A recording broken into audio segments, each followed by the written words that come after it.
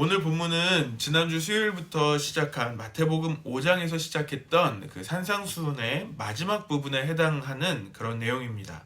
특별히 오늘 본문의 내용은 생명으로 인도하는 좁은 문과 또 거짓 선지자들을 구별하는 법, 그리고 산상수훈 전체의 결론에 해당하는 말뿐인 신앙이 아닌 행동으로 실천으로 하는 신앙에 대한 내용으로 이루어져 있습니다.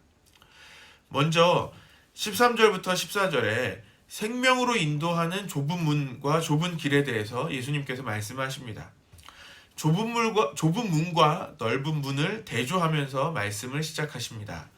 우리가 이미 이 넓은 문과 좁은 문이 무엇을 의미하는지는 쉽게 이해하고 있다고 생각합니다. 넓은 문은 쉬운 길입니다. 누구나 들어가기 쉽기 때문에 넓습니다. 하지만 좁은 문은 누구나 들어갈 수 없습니다.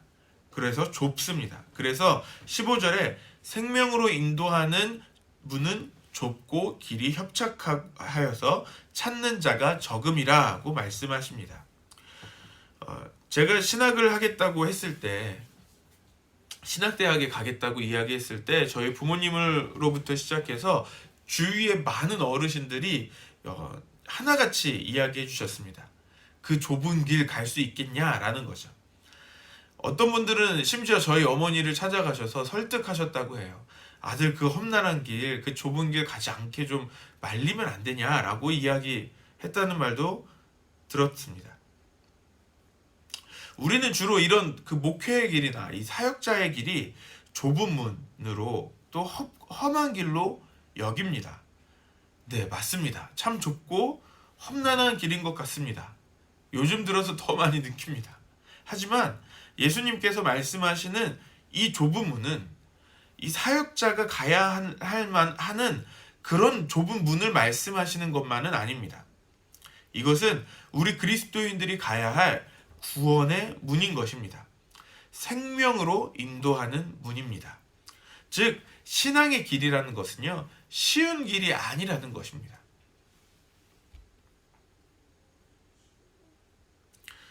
이 쉽지 않은 예수님을 따르는 이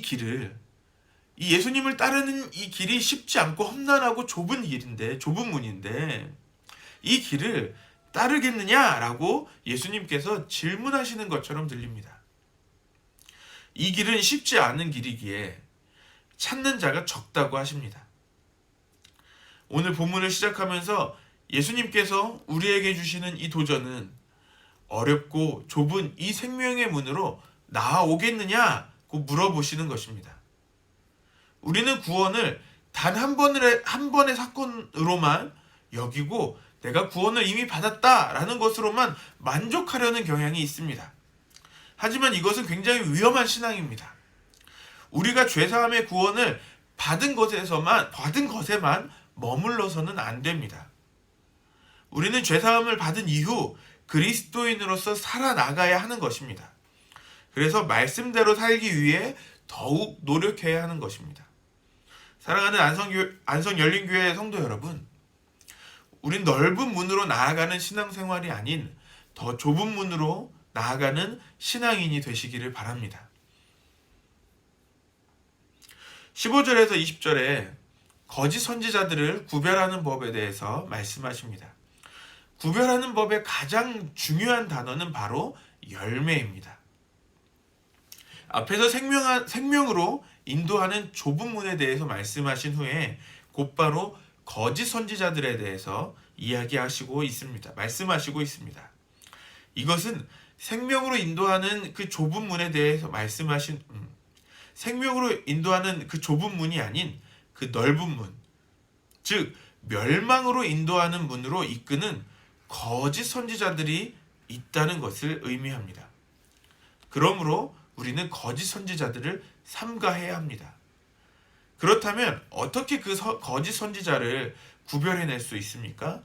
바로 그들의 열매를 보면서 알 수 있다는 것을 말씀하시는 것이죠.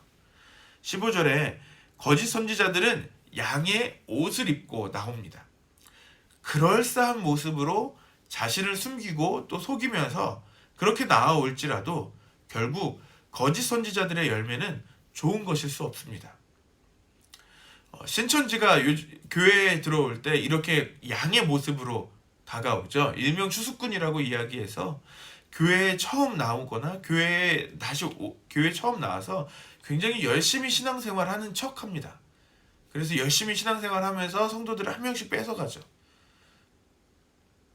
하지만 그 모습의 실제를 어떻게 알아봅니까? 그들의 열매를 통해서 그 사람의 모습을 볼 수 있다는 것입니다. 그런데 그 신천지의 그 모습을 너무 쉽게 속아 넘어갑니다. 왜냐하면 우리가 너무 겉모습에 또 그 사람의 겉모습에 그 사람을 너무 쉽게 믿어버리기 때문인 것이죠. 우리는 너무 쉽게 누군가의 겉모습으로 그 사람이 누군가 했던 그 어떤 조그마한 행동으로 그 사람을 쉽게 평가할 때가 있습니다. 유튜브 요즘 많이 보시잖아요. 어떤 사람이 그 유튜브에서 실험하는 영상을 하나 보여준 게 있어요. 그 뭐 어떤 영상이냐면 자동차 영업소에 가는데 똑같은 사람이 한 번은 허름한 옷을 입고 그 자동차 영업소에 갑니다. 그리고 또 다음 장면에 다음 실험은 똑같은 영업소에 완전 너무 좋은 옷, 아니 명품 옷을 입고 그 영업소에 가는 거예요. 이 두 가지의 모습에 어떤 결과가 나올까요? 여러분 예상하는 그 결과가 맞습니다. 허름한 옷을 입고 갔을 때는 굉장히 그냥 거들떠보지도 않는 거죠. 하지만 명품 옷을 입고 갔을 때는 문을 열자마자 문 앞에 나오는 거예요. 물론 투철한 직업 정신으로 그렇지 않은 분이 계실 수도 있습니다. 하지만 우리 사람은요, 눈에 보이는 그런 화려함에 쉽게 속을 수 있다는 것입니다. 그래서 예수님께서 그들의 열매를 보라고 하십니다. 18절 말씀 다시 보겠습니다. 좋은 나무가 나쁜 열매를 맺을 수 없고 못된 나무가 아름다운 열매를 맺을 수 없느니라. 아멘. 그래서 20절에 그들의 열매로 그들을 알리라고 말씀하십니다. 저는 이 말씀이 거짓 선지자들에게 잣대가 되는 것으로 넘어가는 것이 아니라 우리에게 도전하시는 그 말씀이라고 생각합니다. 여러분, 우리의 열매는 어떻습니까? 우리는 하나님이 기뻐하시는 그 열매를 맺고 있습니까? 주님께서 우리를 보실 때 우리의 열매로 우리를 보실 것이라고 믿는데 우리의 열매는 정말 하나님이 기뻐하시는 열매입니까? 또 우리 주변의 사람들은 우리의 열매를 보고 있습니까? 우리 모두 하나님이 기뻐하시는 좋은 열매를 맺기를 소망합니다. 21절과 22절 말씀을 보면서 어떤 신앙인들은 두려워진다고 합니다. 왜냐하면 나더러 주여 주여 하는 자마다 천국에 들어갈 것이 아니요 라고 하셨기 때문입니다. 그래서 두려워합니다. 나 자신이 아버지의 뜻대로 행하는 자가 아니기에 자신이 없다는 것입니다. 하지만 우리가 아버지의 뜻대로 살기로 결정하고 더욱 노력하며 살아간다면 우리는 이런 두려움에 빠질 필요는 없다고 생각합니다.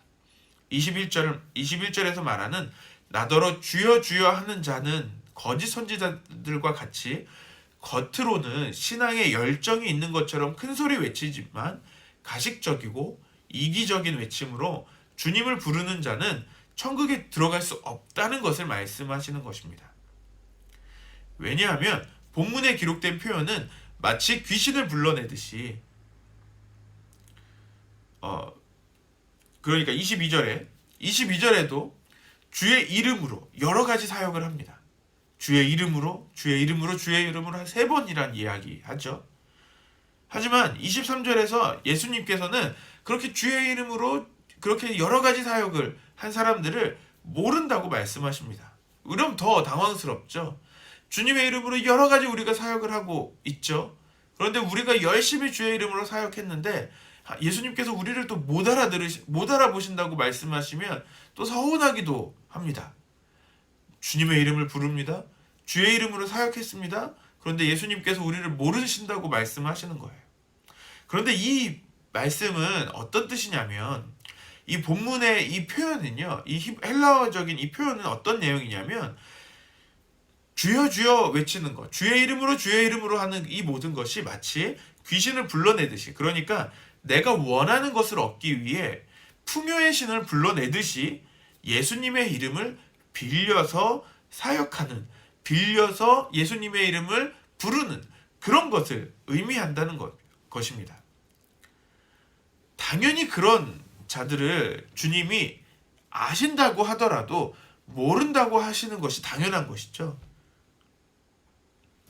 사랑하는 여러분, 우리의 모습이 이런 모습이지 않기를 바랍니다. 그러니까 우리의 신앙의 모습이 우리가 필요한 것을 얻기 위해 주여 주여 기도하는 거예요. 우리가 주의 이름으로 사역을 한다고 말하지만 이 사역이 나를 위한 사역일 수 있다는 것이죠. 마치 우리 한국의 무속신앙처럼 우리가 필요할 때마다 기도하고 필요할 때마다 어떤 제사를 드리며 그렇게 하는 그런 무속신앙과 같은 그런 신앙의 모습을 예수님이 싫다고 말씀하시는 거예요. 우리의 모습이 그런 모습과 같지 않기를 바랍니다.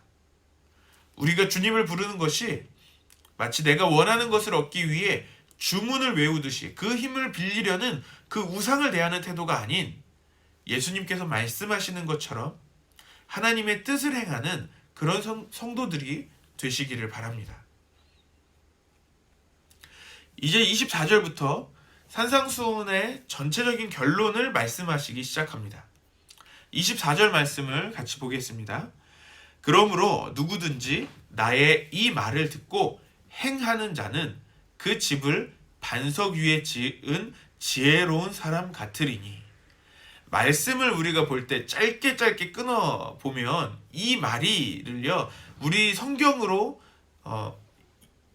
보면 이 말을 이란 표현을 보면 우리 성경에 단수로 표현되어 있어서 이 전체적인 말씀의 결론으로 이해하기보다는 그냥 한 부분으로 그냥 예수님의 말씀을 그렇게 행하면이라고 이해할 수 있는데요. 근데 이 헬라어 원어 성경에 보면 이 말들은 이라는 뜻입니다. 그러니까 이 말이 아니라 이 말들을 이라는 거죠. 예수님께서 그동안 우리가 마태복음 5장에서 지금 7장까지 오는 산상수훈 전체의 말씀을 아우러서 결론을 내리신다는 것입니다. 그래서 예수님께서 이 가르쳐 주신 이 예수님의 이 산상수훈의 이 말씀, 그러니까 이 말을 다시 해석하면 나의 이 말을 듣고 행하는 자는, 그러니까 곧 그동안 예수님께서 가르쳐 주신 가르침대로 이 산상수훈의 가르침, 그분의 말씀대로 행하는 사람이 곧 반석 위에 집을 지은 자 같다는 것입니다. 하지만 반대로 예수님의 가르침을 받은 그 반대로 사는 사람, 그러니까 예수님께서 가르치신 그 가르치심을 행하지 않는 사람은 모래 위에 지은 집 같아서 또 쉽게 무너질 것이라고 말씀하시는 것입니다.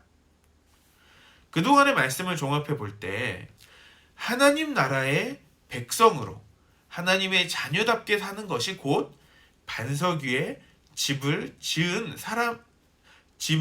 집에 사는 사람임을 우리가 알 수 있습니다. 우리의 인생에 비바람과 같은 어려움이 닥쳐와도 우리가 굳건하게 서 있을 수 있는 방법은 곧 주의 말씀 위에 서는 것입니다. 주의 말씀대로 하나님 나라의 백성답게 하나님 아버지의 자녀답게 사는 것이 곧 우리의 인생을 안전하게 하는 길임을 말씀하시는 것이죠. 이제 산상수훈의 말씀을 마치셨습니다.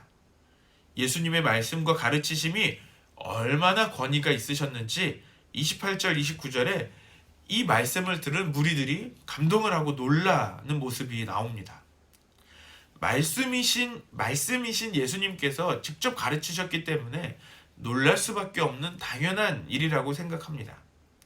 이제는 우리가 이 세상을 놀라게 해야 한다고 생각합니다. 최근 코로나19의 상황 가운데 몇몇 교회들의 모습들로 우리 교회들이 더 큰 어려움에 처하게 되었습니다. 하지만 이때 우리가 진정한 그리스도인, 하나님의 자녀로서 하나님 나라의 백성으로서의 좋은 열매들을 맺는다면, 그 열매들을 세상이 보게 된다면 이 세상의 모든 사람들이 이 세상이 놀라게 될 것이라고 믿습니다. 예수를 믿지 않는 사람들이 주로 하는 말은 하나님을 자신의 눈앞에 보이라고 이야기합니다. 여러분, 우리가 이런 도전을 받을 때 우리는 좀 한 걸음 뒤로 물러날 때가 있죠. 하지만 우리가 해야 할 일은 이런 도전들 앞에서 우리의 삶으로 하나님의 살아계심을 증명해 보여야 한다고 생각합니다. 우리의 삶의 열매들로 살아계신 하나님을 보여야 하는 것입니다. 우리가 지금 어려운 시기를 보내고 있지만 우리의 신앙의 모습이 살아계신 하나님을 나타내고 생명으로 인도하는 그 문으로, 그 좁은 문으로 많은 사람들을 인도하는 안성열린교회 모든 성도님들이 되시기를 간절히 바랍니다. 아멘.